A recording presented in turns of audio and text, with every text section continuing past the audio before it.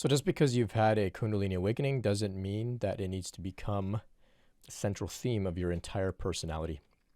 Eventually, you want to get to a point where the awakening is so integrated and a seamless part of who you are that you no longer need to talk about it or even think about it unless it's absolutely necessary. Now, I get it. This process is so mind-blowing. It's incredible. It's challenging, to put it mildly. It's so far out. I've been fascinated by it. I've been very attached to it. And I've been overly obsessive about it myself. Okay, so I'm speaking here from experience. But as the years have gone by, it's become more and more normal to me to have gone through this process. And when I say that's become normal, this is a good thing. It makes me feel less crazy. It makes me feel more grounded, more relatable to other people. I feel like other people are more relatable to me, whether they've gone through this process or not. And it allows me to actually enjoy the benefits of this Kundalini awakening process without overthinking it, without getting in my own way. Okay. Now I did for a period, I did overthink it. I did make this a central part of my identity. I was very attached to the narrative of the Kundalini process. And that was because I was in the midst of, some of the most difficult and mystical parts of it. It was just so incredible, so far out, incredibly difficult, incredibly amazing, blissful, very dark. It was just on both ends of the spectrum. It was just so otherworldly. But as all of that settled, I realized that I just need to integrate this transformation into Brent, the normal guy, and then get on with my life without having to openly talk about, my Kundalini process with people who don't know about it or who don't care about it. Okay. Now, if you're in the thick of the process, going through the very difficult things, if you're very fresh, if this is new, I understand why you may feel that this is, something to be very fascinated and attached to, the narrative that you're going through Kundalini awakening. I understand that. And I think there is room to have that sort of feeling and attitude towards the process, especially early on, especially in the midst of the most intense parts of it. Okay. So this message isn't necessarily directed right at you for this moment. If you like, you can keep listening, and it's something that you can keep in mind for the future. Okay. In this talk, I'm minimizing this idea of Kundalini awakening. I'm just, minimizing it, making it seem a little bit less important than maybe I have in other talks.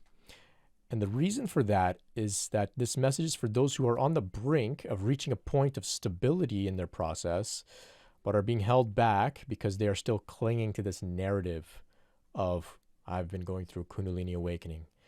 Kundalini awakening has been the major experience that, has, shaped me for the past however many months or years. Okay. These ideas of clinging to it hold a person back from really stepping into a point of maturity where they no longer need to use Kundalini as a centerpiece around their identity as a human being in the world. Okay. In terms of the more difficult components, I have some insights and tips and principles and practices and some interviews with other people that have gone through this process, and we dive into it. So you can check all of that out if you feel like, you're not really interested in hearing Kundalini being, dismissed and brought down to a more grounded perspective today. Check out those other talks. So to me, letting go of the Kundalini narrative is a sign of maturation. It's a sign of wisdom. And to me, this is what it means to be integrated and embodied. This is what it means to have your spirituality integrated and embodied into your life. Okay. A butterfly doesn't dwell on its time in the cocoon. It just lives as a butterfly now. It's what it does. It doesn't fly around thinking, oh my gosh, the cocoon, this and that. It doesn't fly around trying to, talk to other animals about what happened to it in the cocoon and, trying to find out if the other animals also went into a cocoon and all this kind of stuff. It's just a butterfly now. That's wisdom. That's maturity. It's over it. It's not a big deal. The cocoon isn't a big deal to it anymore. It's enjoying what it has achieved having gone through the metamorphosis without being attached to that whole story. Okay. I like comparing Kundalini to caterpillars and butterflies. I also like comparing Kundalini to puberty, because we've all been through puberty, so we all can relate on that, and it's not much different. We approach in very, very similar ways. The attitudes we take are very, very similar.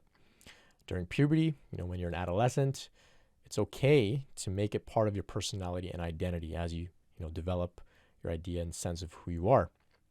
It's okay to talk about with your friends, or maybe you notice your body's changing and maybe your friends aren't, or theirs are changing in different ways. And it's okay to kind of focus on those things. It's new, it's exciting, okay?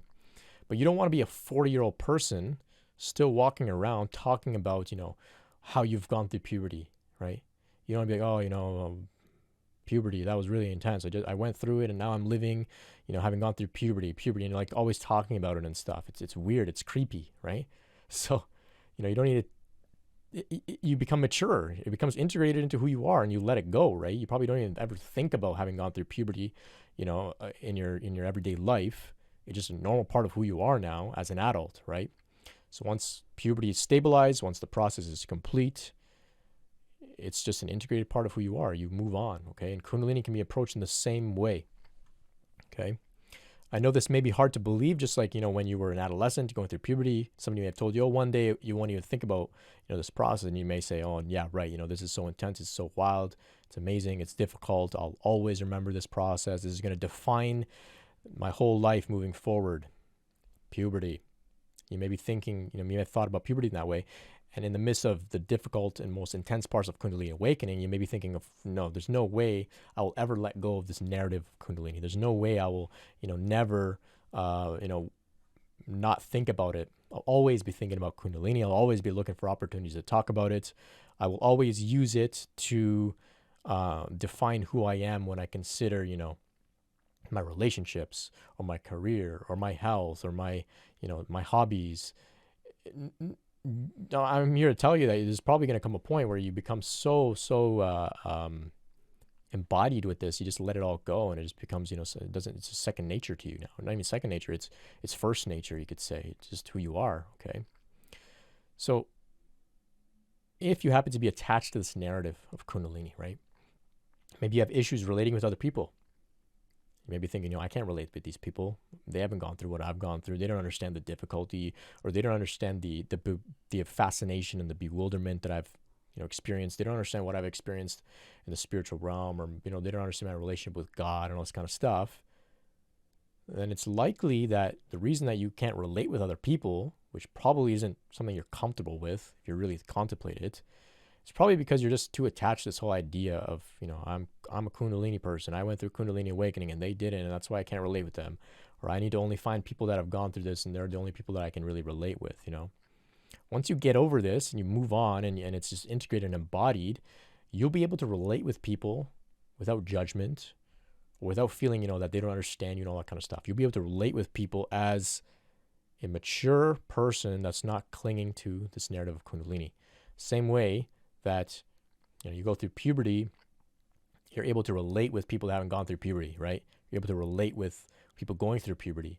You're able to have empathy for them, spend time with them, all this kind of stuff. It's not like unusual per se, okay? Same thing with Kundalini. It's just your judgment that gets in the way. And I've experienced all this myself. I'm not sitting here acting like I haven't experienced it. I've experienced all this kind of stuff. Judgment, feeling like, I'm different, I'm special, I can't be around other people anymore. What am I going to do? Blah, blah, blah, blah, blah. All of that was all because I had made Kundalini part of my personality, and eventually it becomes integrated. You drop that, judgments fall away. Everybody can, be somebody you can relate with on very deep levels, very, very deep levels, okay? So for example, I might go to a party, I might go to a bar, somebody might offer me a drink. I'm having a conversation with them. We're talking about the news, the weather, politics. Maybe we're gossiping, whatever it is, right? We're having a human conversation in the bar, okay? And they may offer me, hey, can I get you a drink? Can I buy you a drink or whatever? I don't drink because of my Kundalini awakening process. I don't drink. Alcohol, I get a whiff of it and it smells like poison to me. My body says absolutely not. Do not put that in my system. I used to drink, but now no more, right? So if somebody offers me a drink or something, I'm not going to say, oh, I don't drink because, I went through this Kundalini awakening a few years ago, and ever since then, I don't want to lower my frequency, I don't want to lower my energetic vibration. I just say, Oh, no thanks. And we continue the conversation. That's how it can be. It doesn't have to be this like whole thing, right? That you don't have to make your whole identity around your Kundalini awakening process, okay? If you do, that's why people are like think you're weird, think you're crazy. You freak them out. You either make them jealous because, you're having a crazy spiritual experience and they're not. You scare them because you're talking about things that, they're not able to understand, right? You make them think that you scare them because they're worried about you because, maybe you're talking about things that don't make sense to them in their worldview. So you got to learn how to navigate, in the world without leading with Kundalini awakening. Otherwise, you're probably not going to be able to navigate in a very healthy way, okay? For the same reason, this is why some spiritual teachers who have gone through Kundalini awakening, very intense processes, this is why some of them don't talk about Kundalini, okay? They talk about other things to do with, meditation and spiritual awakening in general and consciousness and being in the present moment and all this kind of stuff. But it's become integrated so deeply into their into their life. The Kundalini awakening process has become just an integrated part of their life that it is shared in an energetic way through the energetic transmission that happens in silence. And at the same time, it's also just not a big deal, right? It's also just not a big deal, because it's just like I said, you just mature. It's like the same way that puberty is not a big deal to you anymore. Same way that, the butterfly doesn't consider its time in the cocoon to be a big deal anymore, right? I'm a little different, speaking of spiritual teachers, because, I do talk about this stuff openly. It's the main central theme of my work as a spiritual teacher. That's the direction that I've been called. And I don't think most spiritual teachers are called in that direction. I just happen to be. I could say unfortunately, because it's crazy stuff to talk about, right? But once this camera's off, I'm not Brent's spirit anymore. I'm not Brent's spirit, the guy who talks about Kundalini on the internet. I'm just Brent, okay? I'm just a normal guy. Spiritual teacher is just a role, it's just a character, it's just a mask that I play, okay?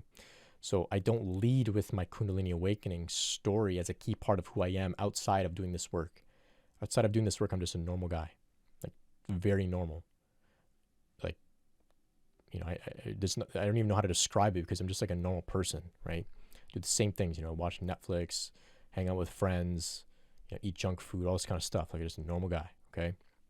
Same way, I invite you to consider where you may be overly attached to the Kundalini awakening narrative.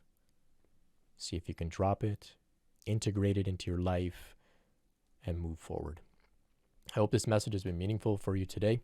You can visit brentspirit.com for more free content just like this. I've got some ebooks, audiobooks. It's all free. You can contact me with any questions about your Kundalini process by email. I will do my best to respond to you as soon as I can. You can also make a donation to support me in this work. And if you like, you can find out about meeting with me one-on-one to discuss your process. Until next time, thanks for listening. Much love and peace.